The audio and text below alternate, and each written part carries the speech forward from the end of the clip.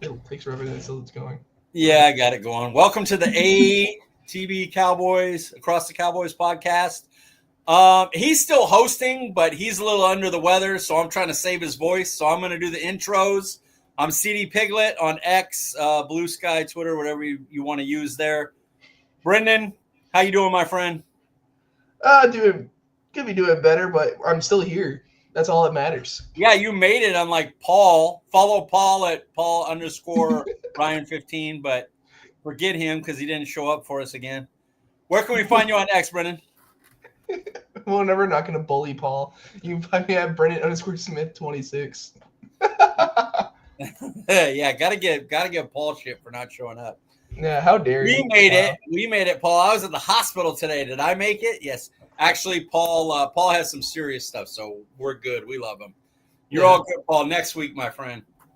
Yeah, Paul has never missed a show for any dumb reasons. It's always been really important things. So, it's all jokes and good fun. Yes, I have missed the show for dumb reasons a few times. I have to. I have to. He's the only professional, really. I mean, let's be honest. Fair. That's really dude. I'm 21. I'm not professional. What do you think this is? True. But yeah. Well, true. Hey, it's Victory Monday. Here we are. Oh yeah. Yeah. I mean, depending. What if you're a team tank?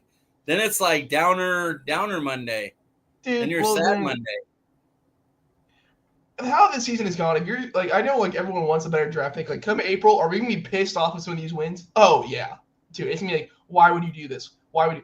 Screw it. Like, you were underdogs against the Panthers and you won. Like, blow them out too. Yeah, like get out of here, man. Well, let's just get right to it. Let's do it, my friend. Did this team show the run defense is legit now after shutting down a good run offense? Okay, so I think it's improved to where you could say it's a solid run defense. Like, it's not atrocious. It's middle of the pack.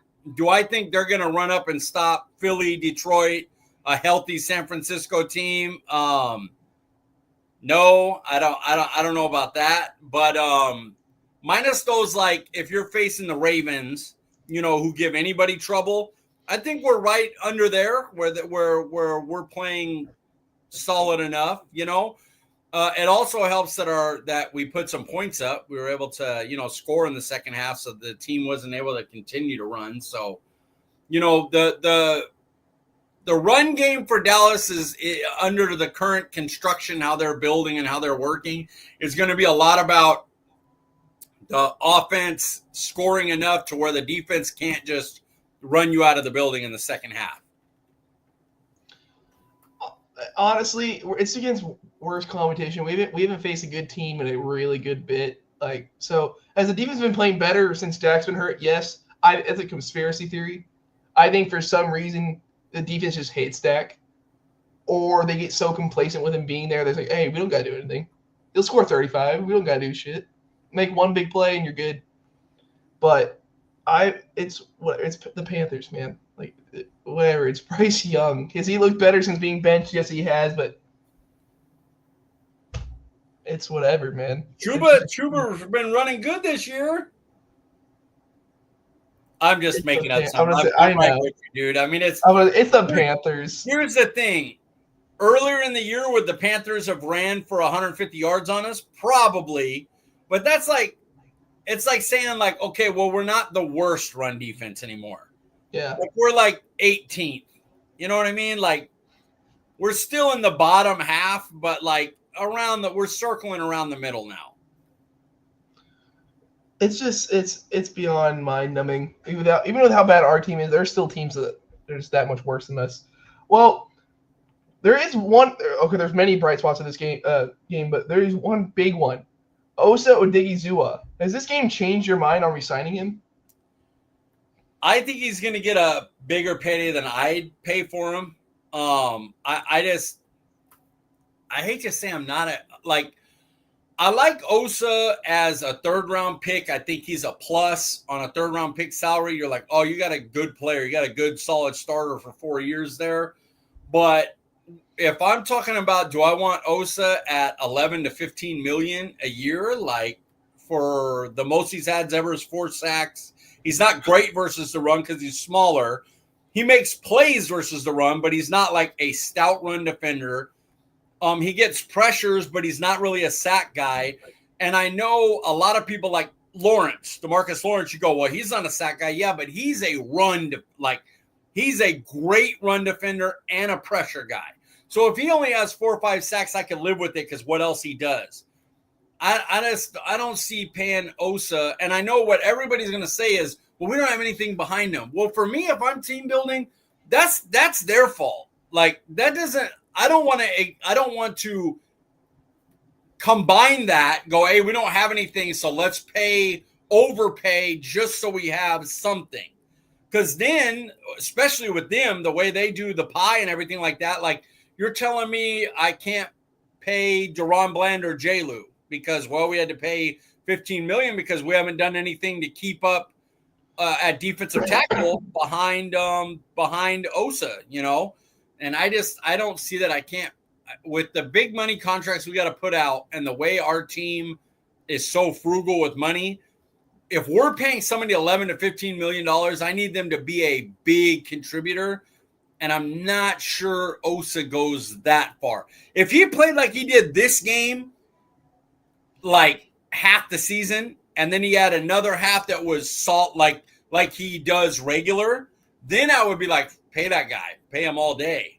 But it's like you get a game or two where he's really a $15 million type player. And then the rest of it is, I don't know. For me, if I can get him like 8 to 11, I would feel pretty good about that. But I think people are going to pay him somewhere in the teens. And for me, that's too high. For me, that's too rich for my blood. For a team who actually wants to contend, you sign Osa Odighizuwa without thinking.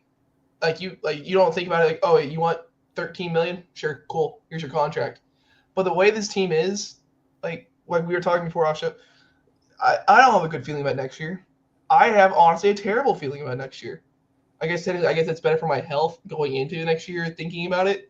But like I don't feel good at all. So why spend money on a position that already hasn't played that well? Besides, Osa's been playing great, but like the position in general hasn't played that well. He's gonna get thrown around everywhere because your D line's not gonna be healthy. D-Lop, who knows if he's gonna be back next year? Your linebacker core is hurt. You got I guess technically next year, but re-signing you have Damone Clark and Reese Leofau being your 2 starters, which that's not great. And so why spend the money? Like if you're a contending team, if we were the Texans and we want to compete, like, oh shit, we want to compete for a few years and our D-line needs it, you re-sign him without Dallas isn't going to do anything. It'll be a waste of the contract, and then they're also going to use his contract for, oh, we could sign this guy and that guy, even though it's like you could get up almost $100 million next year with multiple different moves. It's just beyond stupid. But I guess for this team, technically, which I feel awful. I love Osa. Saying his name is fun. He's gone because the Joneses don't want to actually build a roster. Yeah, I should point that out. This is a Dallas thing. The way they team build. If I'm on a real team that has a real living front office, I have no problem giving Osa $13 million a year, like because they would go out, put a good one technique next to him. Because on a line where you got good guys, like a good guy next to him that could help him take some double teams, and say they somehow Mason Graham fell to him, and you put Osa and Mason Graham with Micah Parsons and Nealon, I'm good. That you're going to have a ferocious front, but I just don't see them doing it. I see them getting another Mozzie, Linville, Joseph situation. And so if you're going to do that, you might as well draft DT Osa's replacement in round 1 or 2, sign some cheap vet like you always do, and just go in with that. I can't see them drafting another defensive tackle. We already had to wait for so long for that to happen, and then you have Mozzie. This class is really good defensive tackle. Well, First couple rounds, they got some guys. Dude, it is like honestly though. I think for this front office, if they get burned once, I don't care if it's Aaron Donald, but it's like you see the future Hall of Fame. Like they go into the future, they'll say like, nah, I don't want it. We're going to take this offensive tackle right here. I just don't know what position have it wide receiver then. I mean, what position didn't burn them? Zeke was not great. For a top 5 pick, they didn't get a value for him. Guyton's been okay, but not great. Mozzie, DT, LVE. He was an all-pro his first year, then had a bunch of injuries. Man, cornerback in the second round. Claiborne, top 10, was bad. Like basically Lamb and pass rusher and wide receivers. So we're looking at well, you know what? We're talking about that later. I'll bring that guy up later on. Yeah. Well, is Osa or a third-round pick more valuable for this team? So you're saying would it be better to have Osa or get the comp pick for him because he'll probably sign a bigger deal?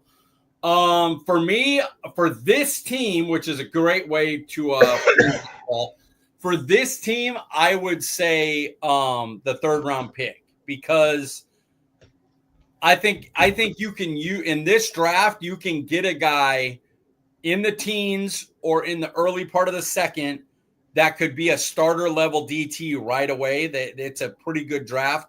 You could get a guy that's possibly could start in the third, depending on who falls, but it would probably be a 1 technique, not a 3 technique. You know, it wouldn't be a pass rush guy. So, you know, and then the comp picks the year after, having 2/3 then, the way they build the team, and then not using their cap, a big cap hit on Osa. If it's Osa at the money that it costs to get a third-round comp, I think I'd rather have the third-round comp pick. Even though it's gonna suck because you're gonna have no defensive tackles. I'm not building a team. I'm not paying one guy just because they haven't learned to build a team. So you overpay somebody that maybe isn't worth that type of money. That's not how I'm gonna do it. It's like I said, it's so hard talking like for this team. If we're talking about just building a roster, like I said, this is a completely different conversation. Yeah. Like putting like Dallas aside, like, hey, you're rebuilding your roster right now. You want to have this guy? You say yes. But I feel like we got to be penny pinching for a team that's worth over $10 billion, which just makes me want to throw up. I'm glad that the Rangers are doing well. Because it means the Cowboys' neighbor across the street is doing so much better than them. It is actually more, I think more relevant in DFW. They should be. It's I gotta say comp pick too, like because they'll find another tight end or effing or whatever. Because I got a good feeling because they're just phasing Ferg out at this point. Like I don't get what's going on. I don't know what the hell is going on with Ferguson. For sure, it's this. Like I gotta think. Like I know Ferg has a girlfriend, but did he do something to like Mike McCarthy's like wife or something? Because like dude, you scheme things now. Like we see everyone getting more open. Like Schoon has been great, honestly, for what they've been asking him to do. He's been great. Where's your Pro Bowl tight end? I will never go an episode on here where I won't talk about Ferg, good or bad. But the problem is, it's not like, oh, Ferg's having multiple drops. Like, oh, this is getting ugly. You're just not using him. I think he got one target. I don't even remember. Or it was one catch. Well, he didn't get the ball much at all. Like he didn't get the ball much against Cincinnati either. Or we can keep going back. Besides, I think Cincinnati, he was out with concussion. He was out with concussion for Cincinnati. No, he was there. I don't think he played. I think he was inactive with the concussion. No, because he was there. I was there, and they did like the whole walkthrough thing. They kept showing Ferg, and I got happy. I'm like 80% sure. I'm like 80% sure. I don't think he played. I'm gonna see because I don't want to be wrong. I'm gonna look like a dummy. You were there. You were there. How did you not see? I was drinking. Drink. I like 2 things of bourbon. But I had like nothing in my system. He was 3 receptions, 32 yards. My bad. He was there. I'm awesome. My memory. You would know you were there. You have to remember, I've given up on the season like 4 weeks ago. I'm just going through the motions because I had to write articles. Well, we can talk about this scheme forever, and I can continue. And I'll just get more and more angry, even when I don't have energy. But let's go back. Next year, 2025, if your running back room is Rico plus a third-round pick with Hunter Lipke, How are you feeling? As long as Rico's under 4 million, like not a lot a year, 4 million or less, something like like the vet signing type of thing that I wanted him to do this year, then that's ideal for me. I want them to have a veteran running back that can produce at under 4 million, a Zach Moss, J.K. Dobbins this year, one of those veteran signings. I want them to get a draft pick that's outside of the top 50. And then I love Hunter. So that would be perfect for me, assuming that Rico that teams aren't seeing this 1 year and going, which I don't think they will. I don't see this team going, oh yeah, he's a $6-7 million back. He's a solid, a solid to decent RB1, good RB2. So I don't see him getting that kind of money, but he's good for us. He works, he knows what to do. He's a good inside runner. He can carry the ball and take the beating while your explosive guy, does the Tony Pollard thing where you give him like the 15 touches, keep him fresh, let him break big runs. So yeah, I'd love that. That's perfect for me. I'm not trying to waste early draft picks on running backs because this team has no other way to fill holes. So I don't want to use a top pick on running back. And then money-wise, long as Rico's, Rico could be what they thought Zeke was going to be this year. Inside runner, get the tough yards, take the beatings, short deal, 2-3 years, 3-4 million a year. That's perfect. I think he's going to get like a Chuba Hubbard contract, dude. Chuba didn't show much before because you got to think. So Rico first started out the year not the starter, which even casual fans were saying, hey, why isn't he starting? You're a bad team if you're a casual fan. Like, hey, why isn't that guy starting? And no one knows his name. He might get 1,000 yards even with that, and with our awful, awful offensive line play. He's at 880 yards, averaging 5 yards a carry. That's some damn good stuff. Over these past 3 games, he's been playing out of his mind. With how bad this team is, imagine where we'd be if Rico wasn't starting. He over the last 3 weeks, he leads the league in yards over expected. So what the offensive line blocks that he should get, he's the leader in getting more than that over the last 3 weeks. He also is in rarefied air as far as averaging 4.5 yards a carry or more and having a run success rate of 55%. He's one of 3 backs doing that this season. The other 2 are Saquon Barkley and Derrick Henry. So he's rarefied air. The reason I don't think he's going to get any money is because 1, he's been injured his whole career other than this year. 2, he still doesn't provide very many explosive runs, which is typically you want to pay for that. And 3, he's 27 years old. So he's not, spry young. Nobody's going to want to do hey, 3 years, $8 million. You're not trying to pay a 30-year-old running back that. This isn't Derrick Henry, Saquon Barkley. So I have a feeling he's going to have a suppressed market, but Dallas will pay him a solid deal, give him a solid deal to hey, stay here. You don't have to go there for 5.5 somewhere else. Just stay here. You get 4, but you know where you're at and you're good. So I don't think he's going to get a bigger deal, but if he did, then see you later. We'll get a different vet running back. He's good. I like him as a solid, poor man's RB1 and a good, rotational guy to take the hits, but you don't need to pay him any money. I didn't want to. I'm the guy that still wouldn't pay Derrick Henry. I'm like, next year's hits $12 million. I'm good. I'm not trying to pay running backs that. Not on this team that doesn't pay anything. I'm like, no. We're not wasting the money on running back.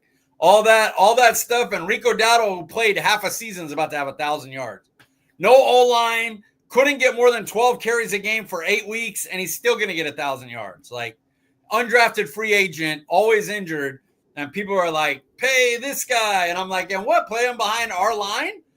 And then getting blown out by defenses? How many running backs would have much more than Rico did, giving Rico's carries?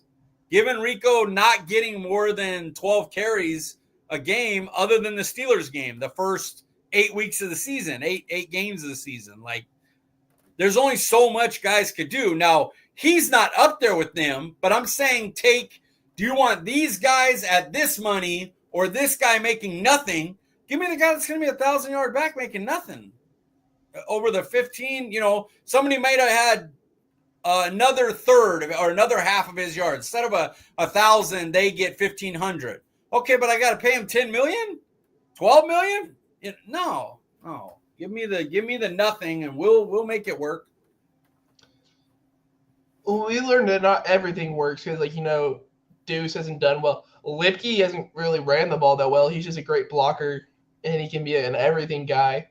And we all seen what Zeke has done this year. So not everybody can be. I would be absolutely fine giving Deuce or Hunter Rico's carries. My issue is giving Zeke and Cook, who we've seen can't play, the carries. That's the issue, was them getting wasted carries.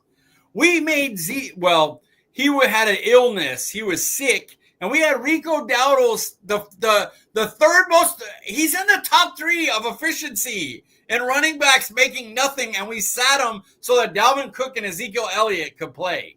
The two, by the way, combined for the worst efficiency.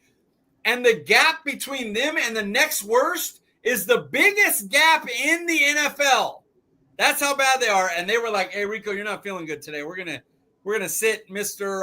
55% success rate, 4.5 yards a carry. We're going to sit you down. Let's get Ezekiel Elliott and Dalvin Cook, who haven't been good in 3-4 years. Let's get them the ball a few more times. Like, bullet in my head, please. Signing Dalvin Cook feels like a fever dream. Like, that doesn't feel like that really happened. Dude, there was people legitimately like cowboy riders, people like, we got to get Dalvin Cook out there and see what he's got. And I'm like, no, how about we just hand the ball to the guy that's top 10 in success rate instead of 12 times, like 17, 20 times. Can we just do that? The guy that runs successfully by the metrics, they have metrics you could look at for this. Frustrating. In their defense, though, because like I said, Dowdle was not the starting running back this year, at the beginning of this year. It was Zeke. So when you see Zeke, anything's got to be better than this, right? Like, anything's got to be better. But yet they continue the ball. After the Steelers game, where Rico Dowdle against one of the best run defenses in football with an atrocious offensive line, a terrible play caller, no defense, this guy went 20 for 87. Like, against that defense, that is a quality game. And the next week, they gave Ezekiel Elliott more carries. Like, yeah. That alone, he will not be back. Remember what we talked about before the show? He's gone. I know. I was ready to get hurt, so I'm prepared for like the absolute worst to happen. But other than Rico's emergence, which we've been talking about, feels like forever. Is it the level of competition or something else that helped this offense since Dak has been out? I don't think it's been anything. They haven't been very good, the offense. Like Rico has running. So I think getting a healthy offensive line in there, Zach Martin trying to play through his injuries. I'm sure hurt. Steele's been a lot better since he's had a healthy guy next to him. And he's been good. And then targeting Lamb early in games, they kind of lose him in the second half of games. But the offense really hasn't been good. I mean, you want to know why? Because the defense has kept us in games. So we've been able to run the ball more. That's really the big difference, is the defense. Caleb Williams is going crazy right now. I hope this is caught. Oh, man, sorry. That play was nuts. It wouldn't be a Monday episode if Mike wasn't watching football. And the game's over, too. I just happened to peek over and whatever. What's the score? 20-3 Minnesota. The Bears are around the red zone. But like I said, I haven't been really paying attention. I just been looking over. You said Caleb was balling out and they're down. No. I said Caleb on that play, he was like escaping, people running around, and then he got away right at the end and threw a ball up for a one-on-one, but nobody came down with it. So I think the other thing, other than the defense, which no, you are completely correct on that one. So like, I'm not disagreeing with you at all. Like, I'm going to put that out there. It has been a lot more creative. It has been like Mike McCarthy's like, oh, I actually got to try to do something here. Lamb's gotten open on these crazy plays. He's gotten the ball a lot. Turpin in the backfield running the ball, dude. He's so damn fast. If they don't bring him back, I'm gonna be a little hurt. I'm not gonna lie. Not any crazy like. Why is it week 15 and we're just?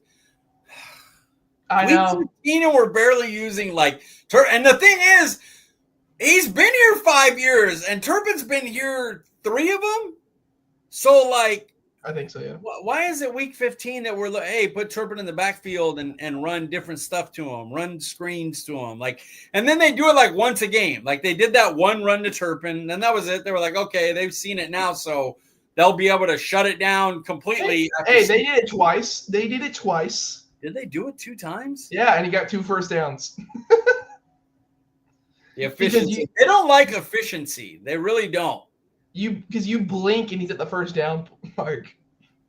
I don't know how they. Oh God, dude. Imagine like, of course, we're not getting Ben Johnson. Me and you talked about before the show and all. Imagine what someone with just a little bit of creativity would do with Kevontae Turpin. It's just a little bit of creativity. I'm not saying Kyle Shanahan comes in here or whatever. I'm just saying just a little bit of creativity. Oh, Joe Brady level. Joe Brady for Buffalo. Dude, you know, he's not like super duper like Shanahan, but just add him and let Turpin, Brooks, Cooks, and Lamb and Ferguson and Rico go to work. Like they won't though. They're gonna get feeble. All right. Well, how good would Dak look in this offense? He would kill bad teams. They would blow out a lot of bad teams, but I just don't think they do good against the same old Niners, Ravens, Buffalo would still kill them because the better defenses know how to stop a McCarthy offense. And like we said, the stuff that works, the motion stuff, they'd only run 1 or 2 times, and it wouldn't be enough to affect those defenses.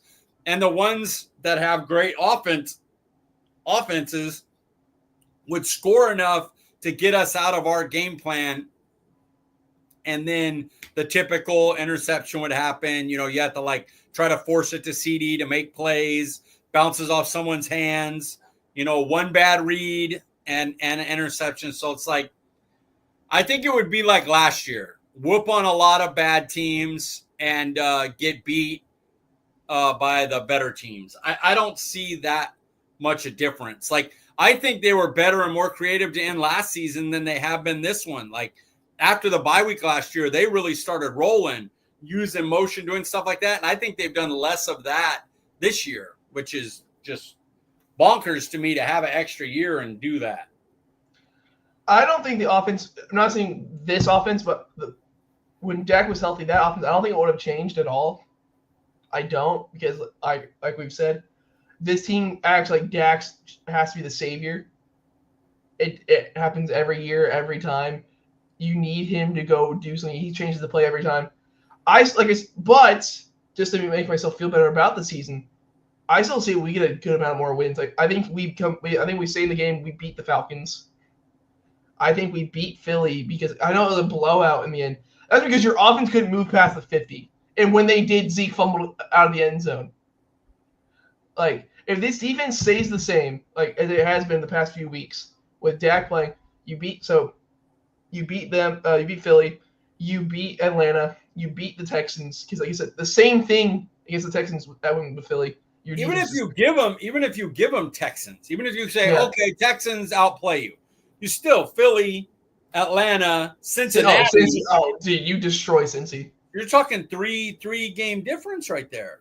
That's a huge swing. You tell me you have 9 wins right now? Telling me you have 9 wins with how the defense is playing? Yeah, with all the people you've had hurt, with all the people, without this, how awful the scheme has been, and just coaching in general. How many times can you have 12 men on the field on offense? How many effing times can you do it? I don't understand. They came out of the break, and Dallas still had 12 men on the field. How do you do that? It's bad. How is that possible? It's bad. But and say we still have 9 wins, you're going to the playoffs. Like, because you're like, if we had Dak, you beat Washington again. Yeah, you do. I think you could. I think actually, well, we would still probably split Philly just because that's just how it goes. I agree. But you have a chance to beat. You have a chance to beat Philly. Mike Evans is a nut job. He balled out against the Chargers. Even if you only win 1, you're 10-7. You're going to be in with 10 wins. Actually, I don't know this year. The Packers, the Rams, the Seahawks have 8 wins right now. That's Vikings are going for a wild card spot because the Lions. So they may not have made it. No guarantees. But 10 wins is a lot better than, 10 wins and a starting quarterback with a chance to play in the playoffs is a lot better than tank a 30. Yeah. We're gonna do the same thing next year. I'm just gonna be heartbroken. We're gonna be healthy, dude. We're gonna feel a lot better about next year, and nothing's gonna change just because we're healthy. That's it. I'm not gonna be much better about next year. I'll be because they have Dak, so they'll always have anytime you have even if you think Dak is Kirk Cousins or Goff or even if you think he's kind of a middling and he needs more help, like a McVay type or an overloaded team like a Purdy or whatever. Even if you think that, you still go into the game going, well, he's good enough to win a game. Like, he's good enough to win you a game. Maybe he's not good enough to win 3 playoff games for you, but he's good enough. So you go into the playoffs going, well, we could win this game. And that's a better feeling, like going into any game going, we could win. If Dak plays well, we could win, We have gone off on so many tangents. I know. We have gone off on so many. All right, so we're gonna go back to the show sheet. We were talking about the stuff, but we've gone on for really long. Would you extend Bland because of Diggs' injury? I would. I would rather pay Bland than Osa because I believe Bland's an all-pro player. So if you're paying him big money, you're getting what you paid for. Where I think Osa, most people want to pay Osa because they go, well, we have Diggs, we have a guy already out there, assuming he comes back healthy. When he gets these micro fractures cleared out and he tries to build new cartilage in his knee, you think, oh, you have something like that. We don't have a DT, so we should sign Osa. Well, that's not for me because I just don't think Osa is one of those like top Chris Jones, Metabike type dudes. I would pay Bland really regardless of if Diggs comes back or not. Bland and J-Lu would be like important for me. Bland scares me only for how long he took to get back. We were thinking near the Detroit game, it'll be his game 1 of the year. It's like, oh, he's practicing. Actually, no, we're gonna wait like 2 or 3 more weeks. What happened? Like, did he die? Did he just leave? He had a setback in when they were doing their practices and working them back in, heading into that game. He had a setback, and so he kind of re-hurt it, and so he had to sit another couple weeks out. It's just like your cornerback room, even though we've only got to see it once, and it was against the best friends forever duo in Jamar Chase and Joe Burrow. We've only seen it once this year. I talent-wise, I love it. They're all injured, dude. They're all injury prone. Diggs is now out for the year. Dak, he probably gonna end up on the PUP list to start next season. Yeah. Ron Bland, we had to wait forever for him to come back this year. We had J-Lu, who's first off balling, like seriously, like I said, ever since I talked shit on him last year, he told me to go shut the F up, and just started beating the hell out of everybody. And I love it, but he's injury prone. Yeah. Like, you want to give cornerback trio for 8 games a year? There's your guys. That's the problem. Is they could be the best 3 corners in football if you could have them all healthy playing at one time, but they've got 1 game. Bland's contract would scare me because he would be getting like what, almost like probably like 13 to 15 million a year. Yeah, he'd be up there in the second tier of the market, would be my guess. With his injuries, the talent. If you just showed me a blank sheet of paper and you showed me what he's done, you sign up without thinking. But it's his injury history, also Dallas not willing to pay. That's also heavily on my mind. I don't know if I would. It's tough. It's his health, and also thinking that the Joneses are scumbags who won't pay anybody. We do agree. Bring back J-Lo though, right? Yeah, but it also depends on his contract too. I can see all these guys being Commanders next year. Hey, that was actually the next question. I think he's earned a payday that might get him out of Dallas, but I hope Dallas ponies up a 3-year something good, something decent, like the Donovan Wilson deal. Give that to Jordan Lewis, 3 years, $8 a year. I'd be all right with that. I think his market on Sports Track is like 6 to 7. Yeah. I don't mind paying him an extra $1 3 years. Keep him around. I would do that. Dude, he's been so good. He has been, and he's only gotten better. Well, he's also just a pissed off dude. Like, I see all these guys trying to. We can talk about the Pittsburgh game where he just started fighting George Pickens. I'm like, George Pickens has like half a foot on you, and you're still just going out fighting. It's awesome. But so we keep talking about the defense. Has Mike Zimmer earned a new contract? I just want the new coach to hire their DC. He has done enough to be the DC next year in a different situation. But in this situation, my thought process. Mike McCarthy was always gone if he wasn't making an NFC title or Super Bowl, regardless of the reasonings. And so he's going to be gone, and I don't want to bring in somebody and be like, hey, you got to have this guy like they did with Kellen Moore.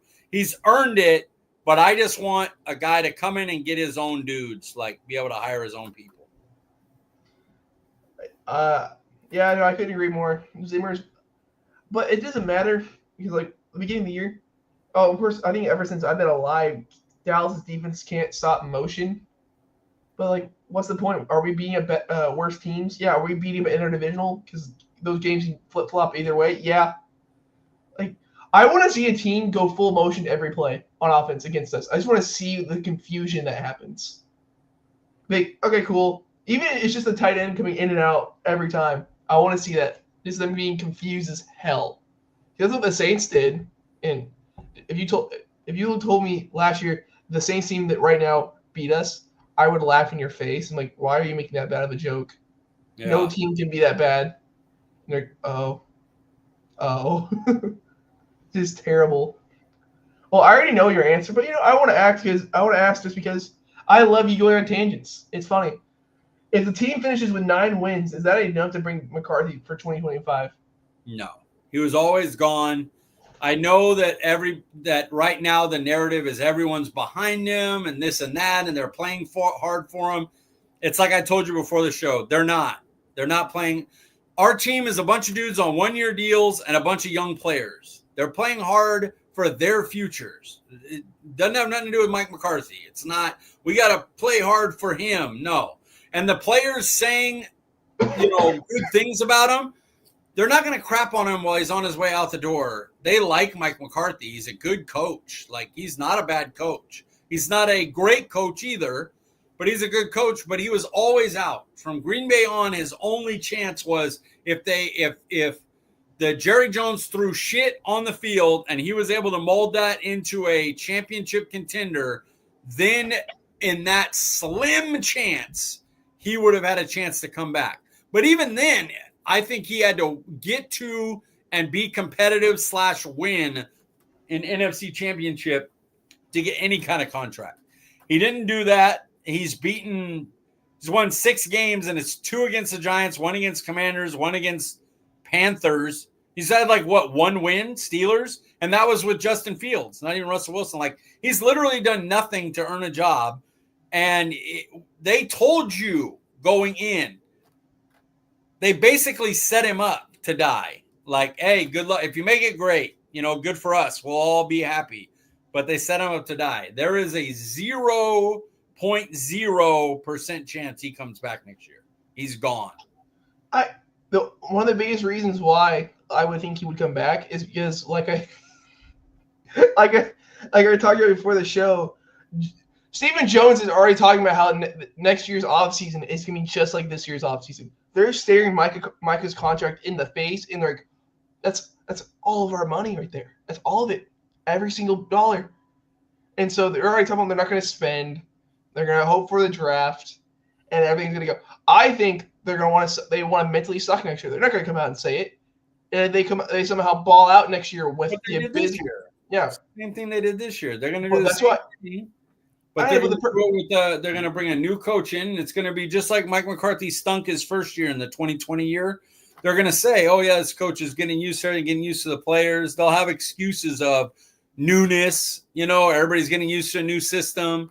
They're going to stink next year, or stink as much as you can when your quarterback has never had a losing season. Like, he's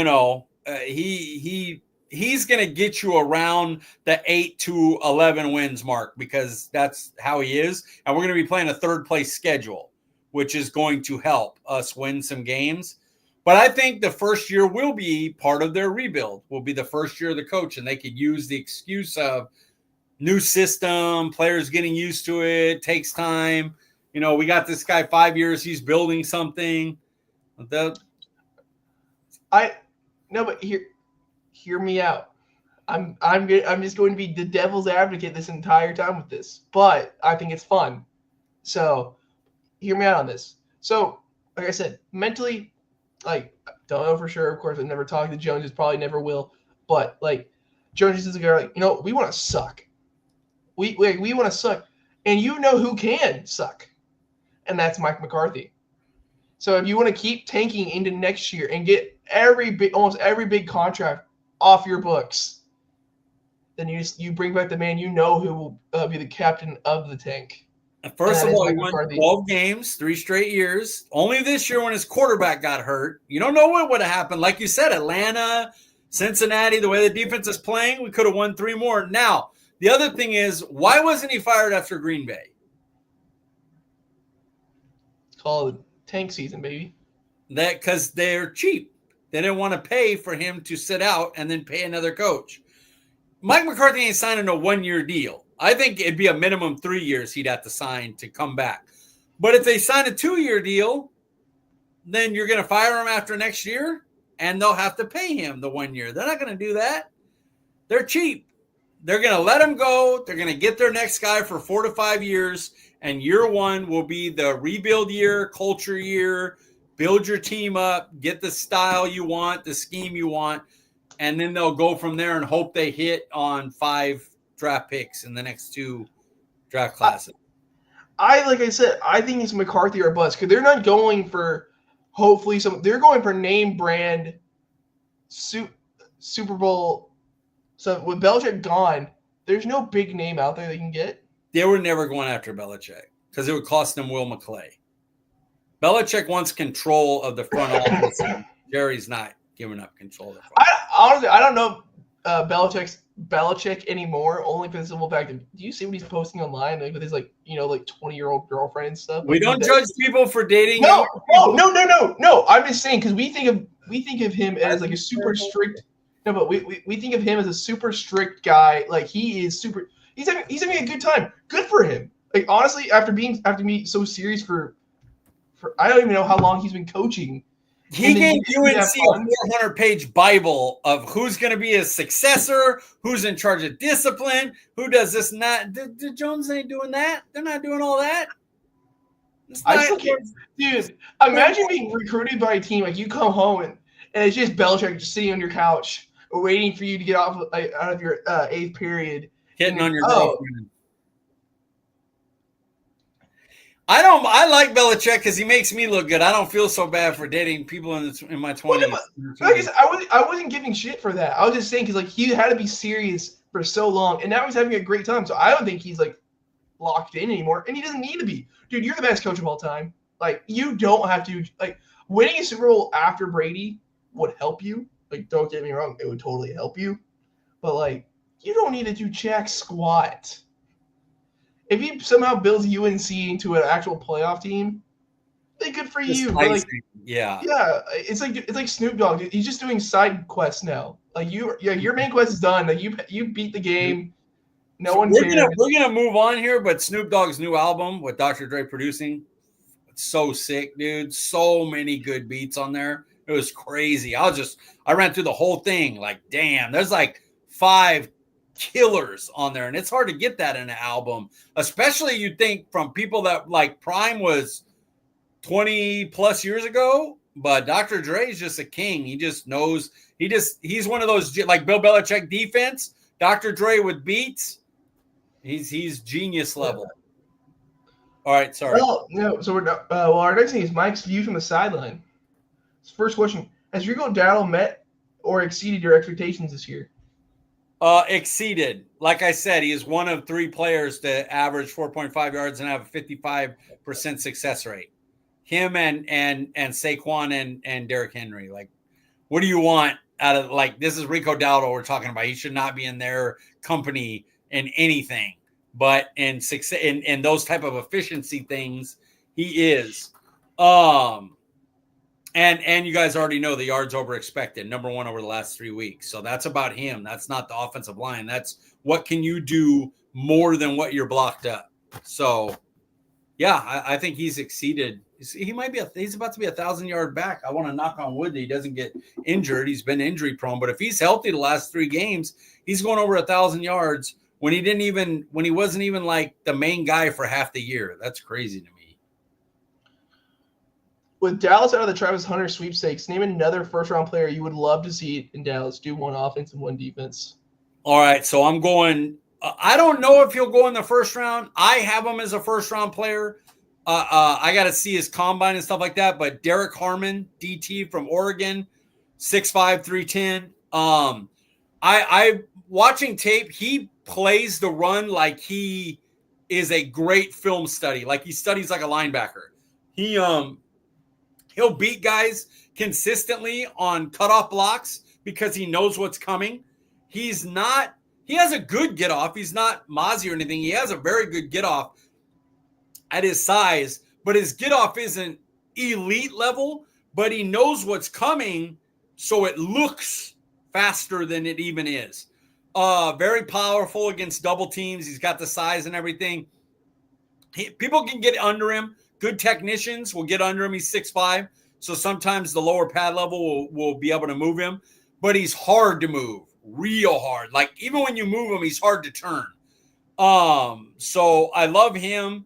I would like him to – he wins a lot on his ability, 6'5", 310, good get off, good length, anticipation, more than like knowing how to stack shed consistently well. So a good coach would only make him better.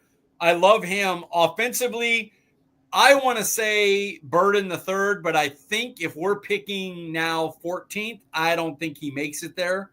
So I don't like a lot of the offensive players in this draft. Genty, I have him as a top 5 player, but I don't want Dallas to get him because Dallas doesn't use free agency, so they need their draft assets to get positions that are harder to find later. A running back you could find comparable in the 3rd round, where you may not find a high-level edge, wide receiver, defensive tackle as much later as you will a running back. So my guys, I would say Emeka Egbuka from Ohio State, wide receiver, 6'1", 205.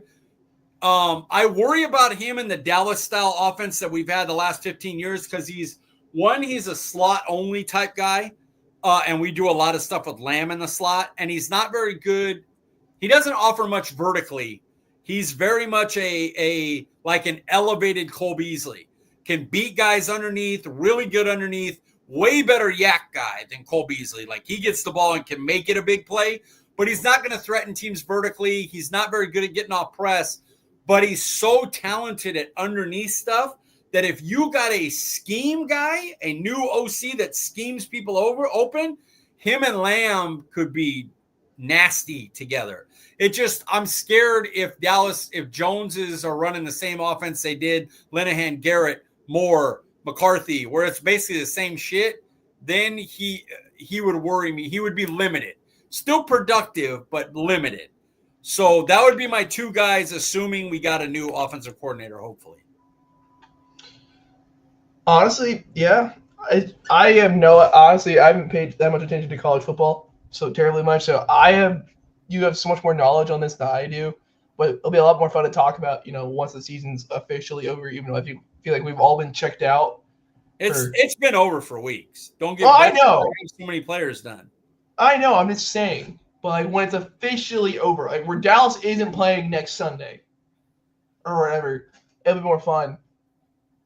So, of course, here with Brendan's bashing here, I don't ever want to do Dallas right now. Like after a win, I never want to do that just because like we won. Wow, shocker. Who would it have been after the Cincinnati game?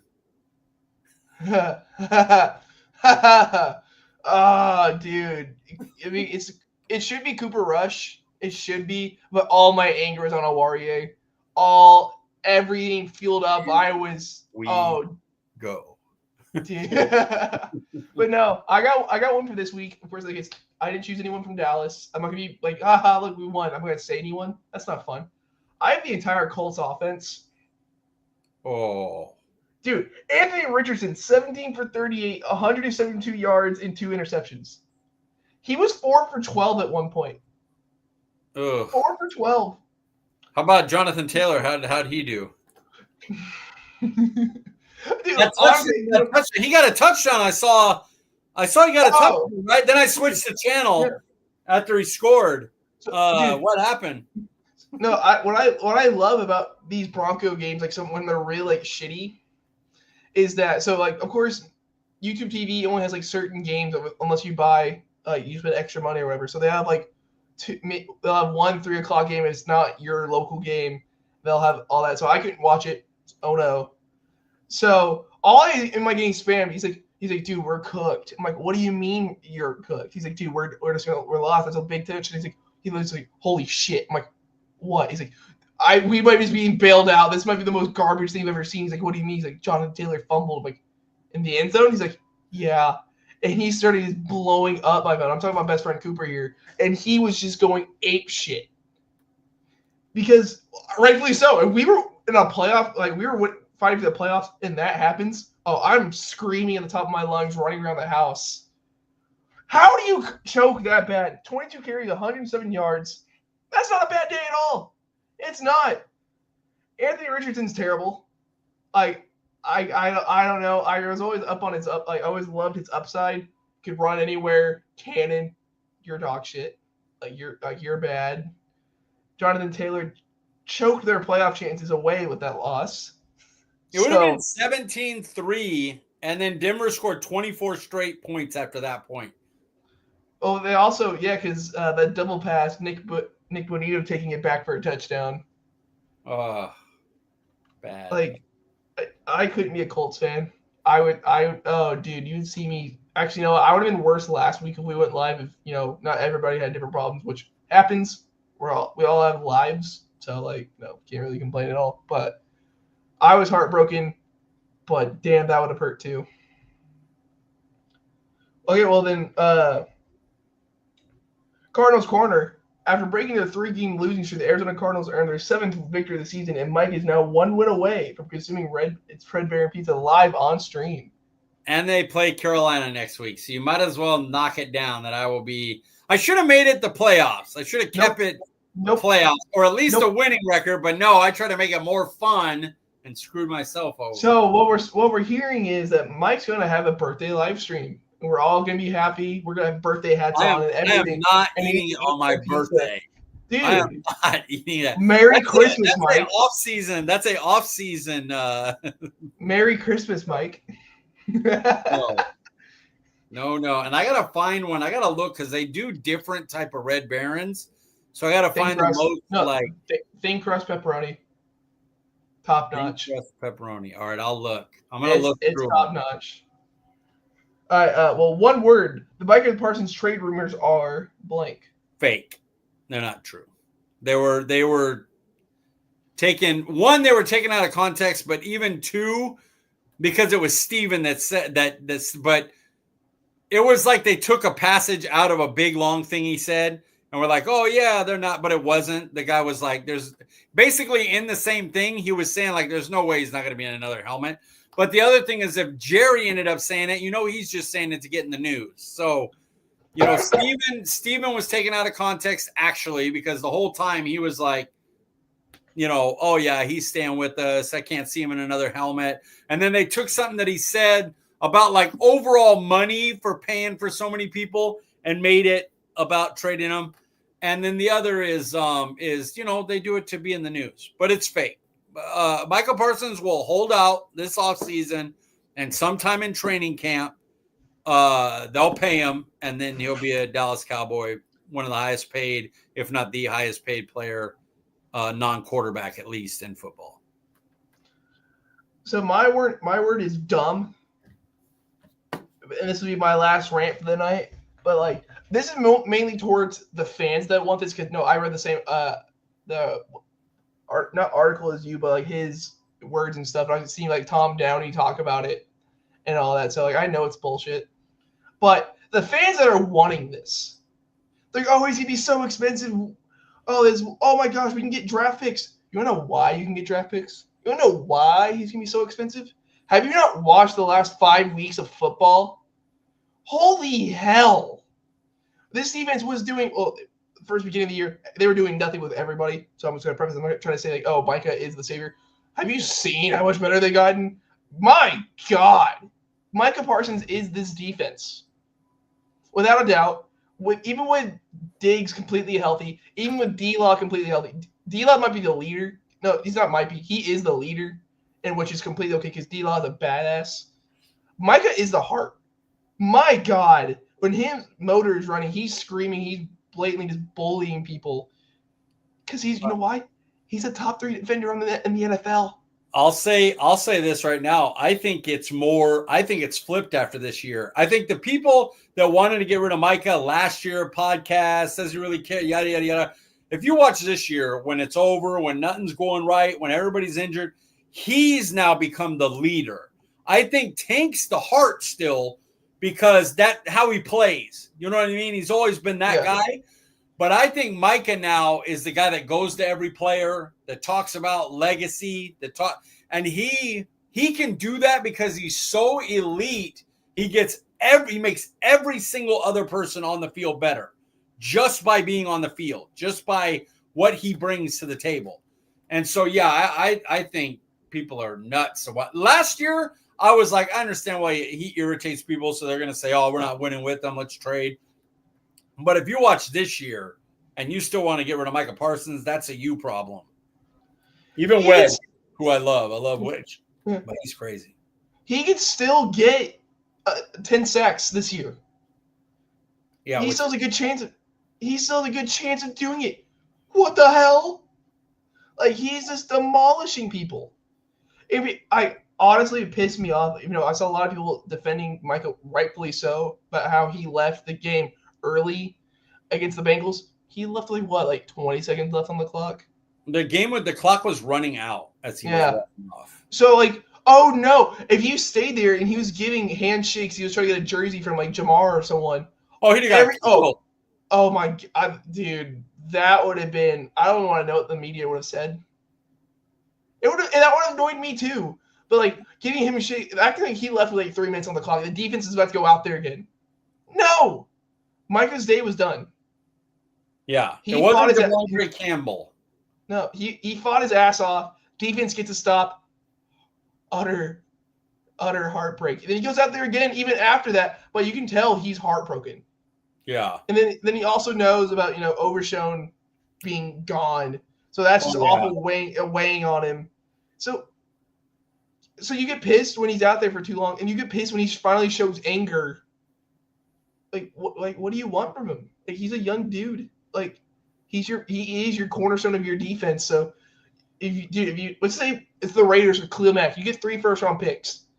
You're hoping all 3 of them end up to half the talent level he is. Of course, at different positions, but you're hoping the thing that is left on the field is like half of it. Or you can just do what the Raiders did and get jack shit. They got 3 first-round picks. They got his contract off. Dude, we feel great. Cleveland Farrell, nothing. He's a commander right now. You got Jonathan Abram, nothing. Okay, you got Jacobs. Jacobs was good, and he's doing damn well in the Packers right now. But like, cool, you got a running back out of that trade for a few years. It's basically for Khalil Mack. No, the Amari trade was for Jonathan Abram. That's my fault because that was Dallas's pick. My fault. It was still just another trade your best guy and nothing happens. Absolutely disgusting. So I'm so sad about that. I'm gonna leave with this. Why trade your arguably your best talented player? Why? Like, how does this like? Unless you're saying, hey, F it, full rebuild. We told Dak you're gone. We're somehow gonna trade his contract. We're gonna trade CD. Then you say, sure, Micah. You know what? We're gonna trade you too. And that's when I'll be okay. Like, if you said we're legit nuking the place, I don't want to see any face I saw last year, this coming year. Then yeah. If you're trying to land your quarterback for the next 15 years, then just establish ammo so that you could go up to the first or second overall pick or whatever. That's basically the only way. And in that case, you'd have to get rid of Dak first, and then Micah would be the next move. But this team isn't. So I don't understand it. So I don't understand it. They just want something to change for change's sake. Yeah, and getting rid of your best player, it doesn't help. Everybody's like, oh, he didn't show up in the playoff game. No one, actually, sorry, Jake Ferguson did. That's the only person who showed up. And they're not even using him this year. He was the only playoff performer that actually showed up. And he's been used to nothing this year. He doesn't have a touchdown. Dan Skipper has a touchdown before Jake Ferguson does this year. It's gross. Yeah. All right, well, I guess we'll leave it off of that. Mike, where can we find you on Twitter? At CD Piglet, guys. Nice and easy. You can find Paul at Paul_Ryan15, and you can find me at Brendan_Smith26. Well, it's Victory Monday, but still same old sadness is following this team. We'll see y'all next week. We didn't get to do the top 5. I was just going to name 5 people.